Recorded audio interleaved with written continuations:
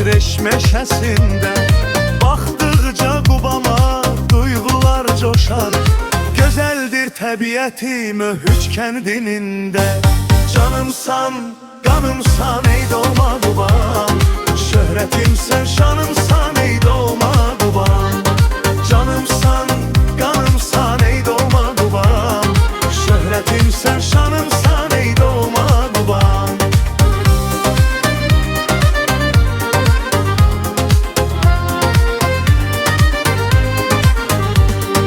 Səfalı bağların al rəngə boyanıb, qızıl almaların şöhrəti vardı. Hamı sənin hüsnünə seyrə dayanıb, yaşıl meşələrin dərdə şəfadır. Qubamla hər zaman fəxr etmək gərək, təmizlik rəmzisən ey gözəl məkan.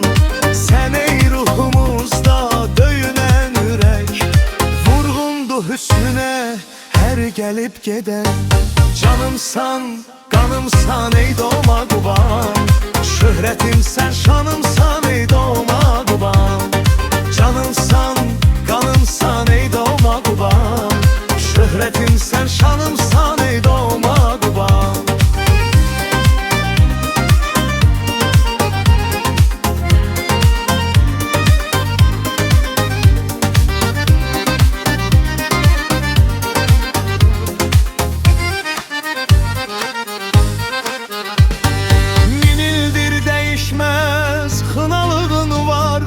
Tarixin naxışdır hər bir daşında, səndədir ən ülvi saf məhəbbətlər.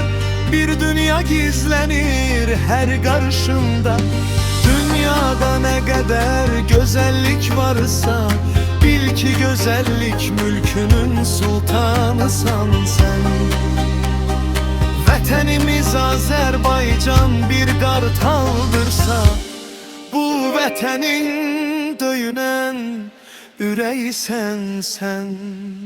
Canımsan, qanımsan ey doğma Qubam, şöhrətimsən, şanımsan ey doğma Qubam.